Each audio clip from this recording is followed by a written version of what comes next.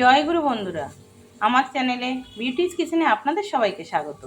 আজকে আমি আপনাদের রান্না করে দেখাবো পুঁটি মাছ দিয়ে কুমড়ো আলুর তরকারি। দেখুন, এখানে আমি কুমড়ো আলু কেটে রেখেছি, আর এই যে পুঁটি মাছ কেটে ধুয়ে আমি এখানে রেখেছি। এবার আমি লবণ হলুদ মাখাবো। দেখুন পুঁটি মাছগুলো কত সুন্দর, একদম শীতের সিজনে এভাবে ছোট মাছ টাটকা পাওয়া যায়। আর পুঁটি মাছ তো ভীষণই ভালো লাগে, আমার ভীষণ ভালো লাগে ছোট মাছ, যে কোনো ছোট মাছই আমার ভালো লাগে।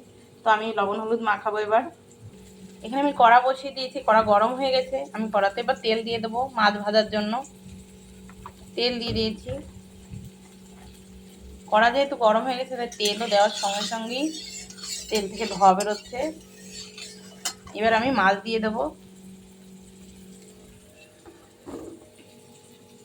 দেখুন আমি এখানে মাছে লবণ হলুদ মাখিয়েছি। এবার আমি মাছ দিয়ে দেবো।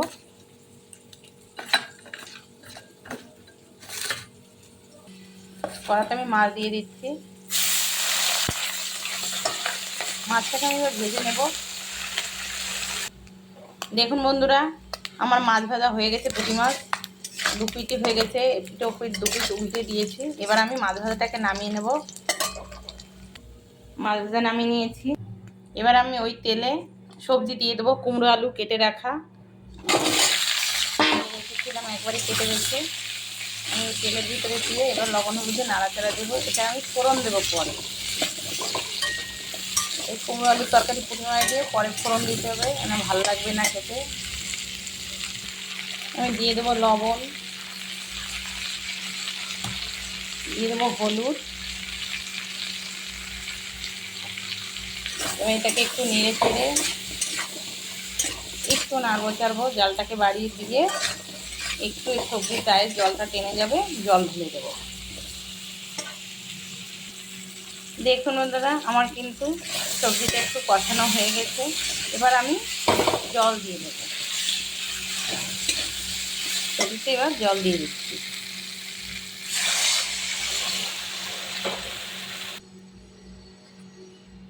জল দিয়ে দিলাম। এবার এটা আলু কুমড়োটা একটু গলবে, জলও জাল হবে, তারপরে আমি মাছ দেব। দেখুন বন্ধুরা, তরকারি টকবগা ফুটছে, আমি একটু ঢেকে দেবো। এবার দেখুন বন্ধুরা, তরকারি অনেকটা ঘন এসছে, আলু গলে এসছে। এবার আমি ফেলে রেখেছি যে লঙ্কা দিয়ে দেবো। আমরা একটু লঙ্কাটা বেশি খাই, কাঁচা লঙ্কাও বেশি খাই, শুকনো লঙ্কাও বেশি খাই। আমাদের একটা দুটো হয় না, কাঁচা লঙ্কাটাও বেশি লাগে। দেখুন বন্ধুরা, আমার তরকারি হয়ে এসছে। এভাবে তরকারিটা একটু নাড়তে চাড়তে হবে, তাহলে কিন্তু কুমড়ো আলু একটু ঘেটে ঘেটে যাবে, তরকারিটা ভালো লাগবে খেতে, দেখতেও ভালো লাগে। নতুবা জল জল থাকে ঝোলটা। দেখেন তরকারি আমার ঘন হয়ে গেছে ঝোল। এবার এটাকে আমি নামিয়ে নেব। আমি দিয়ে দেবো মাছ যে ভেজে রেখেছিলাম, পুঁটি মাছ দিয়ে দেবো। পুঁটি মাছ দিয়ে এবারে সবজির সঙ্গে ঝোলের সঙ্গে মাছটাকে একদম করবো, তাহলে কড়াতে মাছটা একটু নরম হবে, সুন্দর। এবার আমি নামিয়ে নেব। দেখুন আমি তরকারি নামিয়ে নিয়েছি।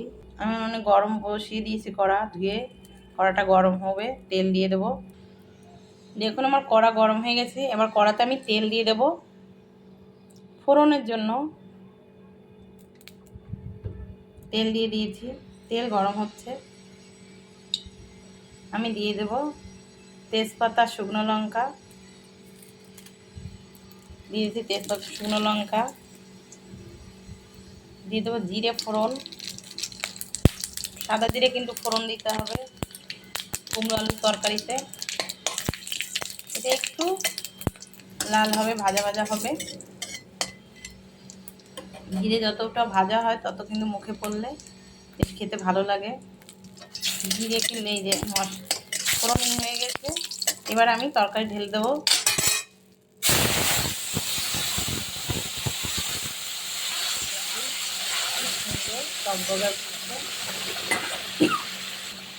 যত টকবগা ফুটে তরকারি কিন্তু ততটা স্বাদ হয় খেতে।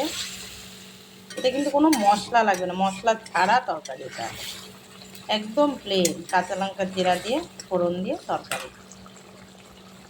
আপনারা কিন্তু করে খেয়ে দেখবেন, ভীষণ ভালো লাগবে। শীতের সিজনে ছোটো মাছ দিয়ে কুমড়ো আলুর তরকারি ভালোই লাগে খেতে। আমি এবার নামিয়ে দেবো, তরকারি হয়ে গেছে। দেখুন বন্ধুরা, কুমড়ো আলুর তরকারি কত সুন্দর হয়েছে, দেখতেও কিন্তু খুব সুন্দর লাগছে, খেতেও কিন্তু খুবই সুন্দর লাগবে। এভাবে কিন্তু আপনার পুঁটি মাছ দিয়ে কুমড়ো আলুর তরকারি কিন্তু করে খেয়ে দেখবেন। এই সিজনে, শীতের সিজনে পুঁটি মাছটা বেশি পাওয়া যায়। তো আপনারা খেয়ে কিন্তু আমাকে কমেন্টে জানাবেন খেতে কেমন লাগে। আমার রান্নাটা যদি আপনাদের ভালো লেগে থাকে তাহলে please please please like share comment করতে কিন্তু ভুলবেন না, সাবস্ক্রাইবটা করে দেবেন। জয় গুরু।